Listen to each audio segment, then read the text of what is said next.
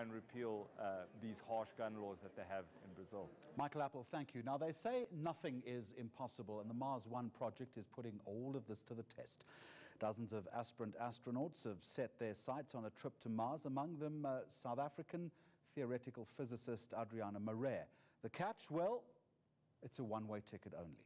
The group will be trained in essential skills to survive on the red planet, and the ambitious and risky trip is set for takeoff in 2032. Now, in an extended interview, ENCA'S Dasen Thathiah spoke to Mars One Chief Executive Bas Lansdorp. He was one of the speakers at the Annual Congress of the South African Council of Shopping Centres. Here now, that exclusive interview. So Mars One is proposing to send humans to Mars in 2032. It's a mission of permanent settlement, a one-way trip, because that's really what makes our mission feasible, possible with existing technology.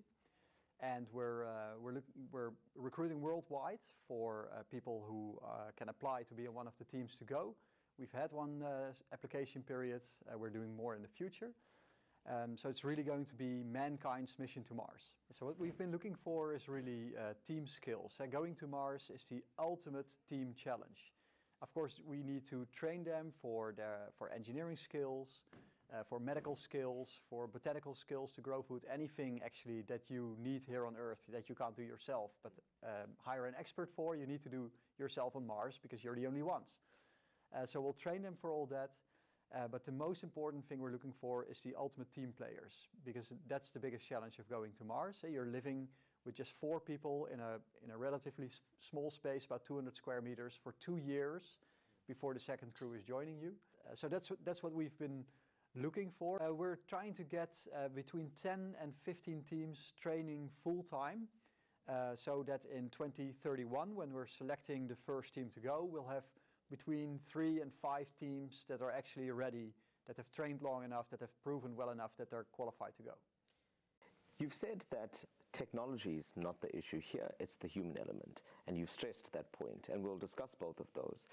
But let's talk briefly about the technology. Yeah, it's not easy. There's no such thing as an easy human mission to Mars, but by eliminating the return mission, it becomes possible with existing technology, not existing systems, so applied engineering is required to design everything, but no new inventions, no new materials. So we can do it with the knowledge we have today. So it is more an ethical consideration, really, more than anything else? Well, I think the ethical question is not that challenging. I think our responsibility is to be transparent about the risk. So we need to tell people there's all these risks, and there's probably risks we don't know yet. And these are some percentages, some we can't attach percentages to yet because there's too many unknowns. So for example, if we've landed all the hardware on Mars in 8 separate landed missions, we can't give a percentage on the risk of landing yet, because even if all of them succeed, of course, it's not 100%. So there will be risks, and I think it's our job to be transparent about that. And then every person that applies for our mission needs to decide if he thinks that the reward is worth the risk. Because some would argue it is a suicide mission. Well, I think that every life is a suicide mission because everybody dies. And it's just what you do with your life between being born and dying, I think, what makes your life worth living. And you might argue that even if you would have just 10 years on Mars, that might be worth more than, might be a greater experience than living 50 years on Earth. But that, as I said, there's no real reason why humans can't have a long and healthy life on Mars. And you've said it's a plan B, really, because we don't have one currently here on Earth. So what's a day on Mars going to be like, at least? Well, a day on Mars is going to be very busy.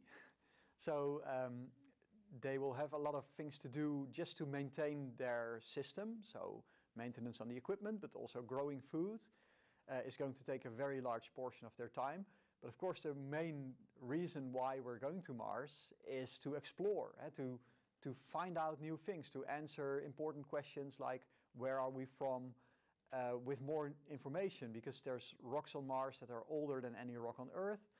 And humans can do that research so much more efficiently than robots that we're currently sending. So the rovers combined have traveled less than 100 kilometers to date.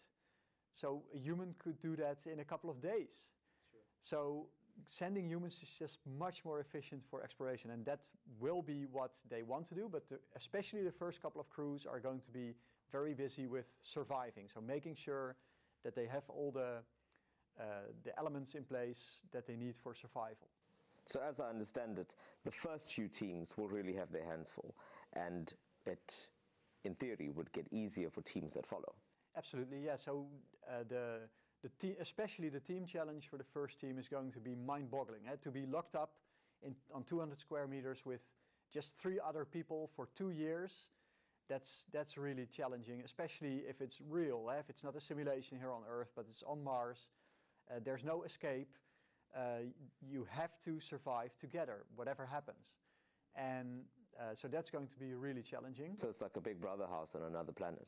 Well, I hope that nobody thinks that we're going to make Big Brother on Mars. Now, I compare it more to the Olympic Games. So we're going to select the best of the best people from all over the world, and they're going to do stuff that almost nobody else is able to do. 10 years of training, is that right?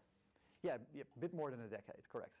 Okay, so that includes the simulation that you mentioned as well. Yep.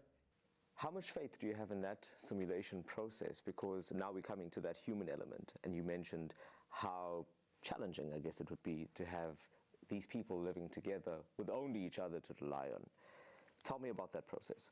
Yeah, so we'll build a copy of the Mars outpost here on Earth, and we will lock up the teams that are in training for the mission at least once per year for an undetermined period of time. So when they go in, they don't know if they will be out after 15 minutes or after half a year or even longer, such that they can't count down, because on Mars you're there forever. We can't simulate forever.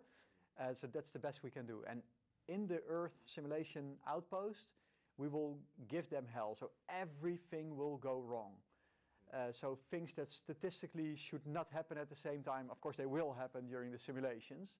And that way we will test them for how does the team stick together under the most difficult of circumstances. And on the one hand, that's very reliable, and on the other hand, it isn't. What about the human cost here now for these candidates? Do they say goodbye to their loved ones forever? What kind of communication would they have available to them? Yeah, I often compare the permanent settlement aspect to going to New York 70 years ago or to Australia 100 years ago. But communication is actually the big difference, because if you go to Mars, you can still communicate. You can send a WhatsApp message, and worst case scenario, 21 minutes later, your family will get it, and another 21 minutes later, you'll get their reply. Best case, it's 6 minutes return journey for the communication. So you can send video messages or emails. There's a lot of communication possible.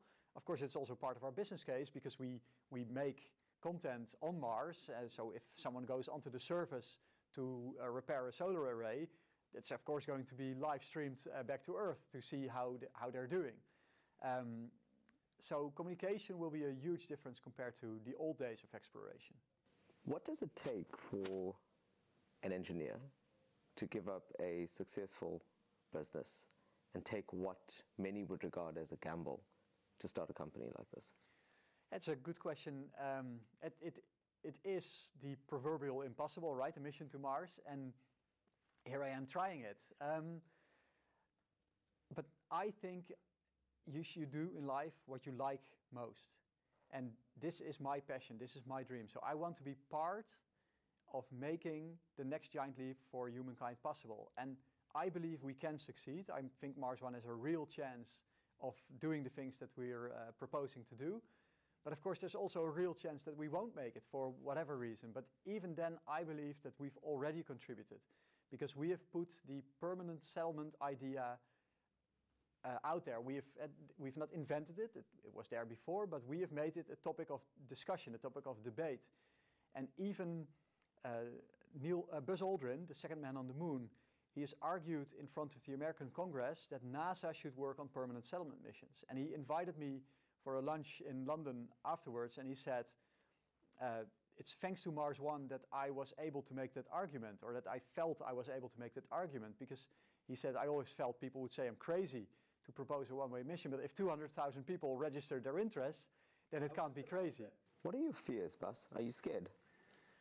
No, I'm not scared, because the upside of doing something so complex as a human mission to Mars is that everybody expects you to fail. And I think we've already achieved so much that we have every right to be proud. So, yeah, no, considering Mars One, I have no fears. I have fears of being run over by a car when I cross at a red light, but nothing really in business. There's risks. I mean, in the short term, there's a funding risk. In the medium term, there's a technology risk. In the long term, there's the human risk of finding the right team. But yeah, these are all business risks that everybody deals with in every business. Would you go? I started Mars One because I want to go. So the short answer is yes, but the long answer is that I have a family now. They're even here, so I have a 2-year-old and a 5-year-old. Maybe in 30 years, when things are a little bit easier, I'm completely the wrong person, by the way. So I'm impatient, I'm stubborn, I'm easily annoyed. So I would be your teammates. I would be the worst person in the first couple of teams. The permanent settlement issue is not an issue for me at all. I would take my family right away. I do still need to convince my wife. But Bas, I have to ask you, what are we going to do with the phrase, "what on earth"? But I think another one is investors often say aim for the moon, and even if you miss, you'll end up among the stars. But I think aim for Mars, then it even rhymes with stars, right? So you're trying to change our lexicon now? A little bit, yes. Okay, thank you very much, Bas. Thank you.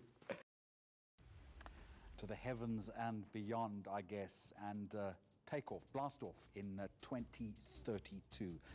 Business Now on ENCA.